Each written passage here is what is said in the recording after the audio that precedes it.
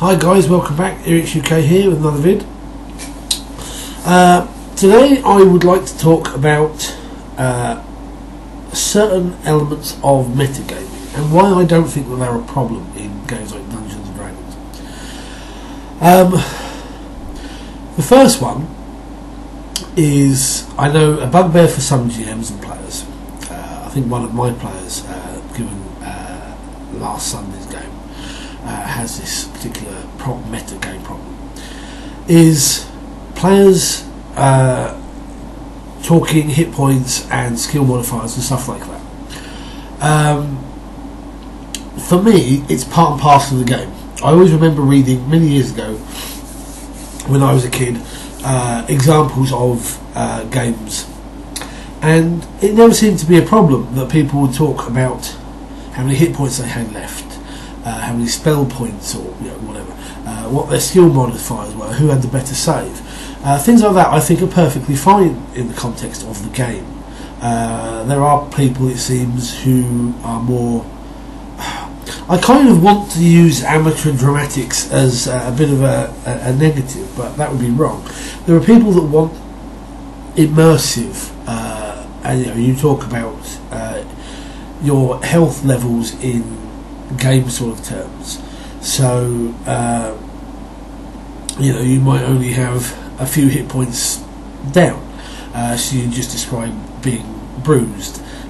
Someone else might have taken significant injury, so that's why they might say their arm is broken, or when their side hurts when they were hit by the mace, or something like that, or is laying on the floor clutching his entrails back into his body, or something like that.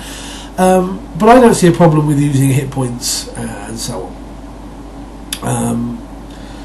For me, where Dungeons and Dragons is concerned, it almost feels like it's part of that element of the game. It's part of what it is. The second one is, as I mentioned, is skill points and saves and whatever. Again, I just don't see that this is a problem.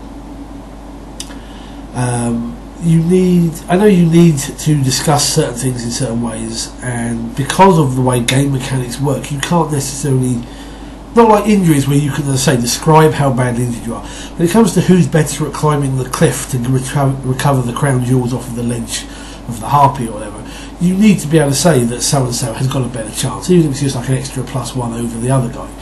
You've got to be able to do it. But again, I know that there are people out there who just do not like that particular aspect. You've got to discuss it all in character, as it were. Finally, there is the topic of monsters. Many years ago, back when Games Workshop's White Dwarf magazine was actually a gaming magazine and not a catalogue for their Warhammer games, they used to do D&D and Rollmaster and Call of Cthulhu scenarios, and they would do articles on certain aspects of things. And this particular one came up in an issue that I recall. It started off as an example of a little story gubbins. A party of adventurers enter a dungeon room. It's described with like the mildew and the mould and everything coming down. There's a skeleton in the corner, and as the party enters, suddenly this ghostly figure rises up. Ooh!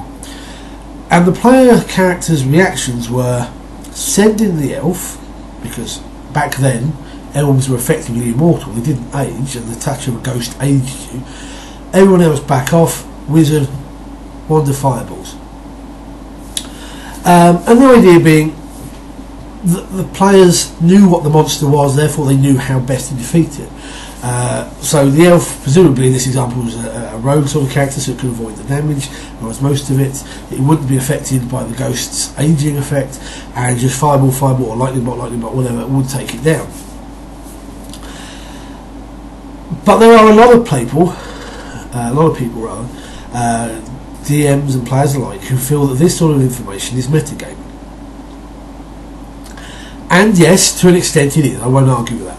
However, for me, and I will talk here specifically with regards to Dungeons and Dragons / Pathfinder, I think the monsters you get out of the basic bestiary or monster manual, your orcs, goblins, your 10 types of dragon, chromatic and metallic, carrion crawlers, minotaurs, owlbears, whatever you call it, the basic beasties I think, are probably going to be common enough knowledge in lore and fable that most characters will probably have some idea of what they are and what they do. So when they find a carrion crawler or something like that, or a ghoul, they can they will have heard the stories. They will know what to do. It's like if you out there, all right, this is a bit of a silly example, I admit, but you out there in the real world found, I don't know, a vampire or a werewolf or something. You've got enough, let's call it pop culture knowledge or occult lore from learning everything you have. You probably have an idea what its weaknesses are and what it does and so on and so forth. And your player characters are no different. By the way, I'm not saying that vampires and werewolves are real, I'm just using it as an example. But your player characters are no different. They know what a ghoul is capable of. They've heard stories of carrion crawlers. They know what umberhulks are. They've heard the stories from the dwarfs who bring the ore down from the mines. That sort of thing doesn't bother me. When you start adding the weirder monsters in later monster manuals and bestiaries and in certain modules or what have you, then yeah, I kind of agree that you kind of have to play that one by ear a little bit. But in that case, the players probably won't know them unless they're very experienced players anyway. The commoner monsters, just let them get away with it. That's what I think. Anyway, what are your thoughts? I mean, I'm not going to go too heavily here into the whole metagaming thing, but those sort of elements I think are fine, regardless of whether you're a newbie role player, you're only recently sitting down at the table, or whether you are an experienced person who's been playing for 20-30 years. Certain elements of metagaming are fine, in my opinion. So what are your thoughts? Do you agree? Do you disagree? Do you have other ideas? Let me know. Until next time, take care and good gaming.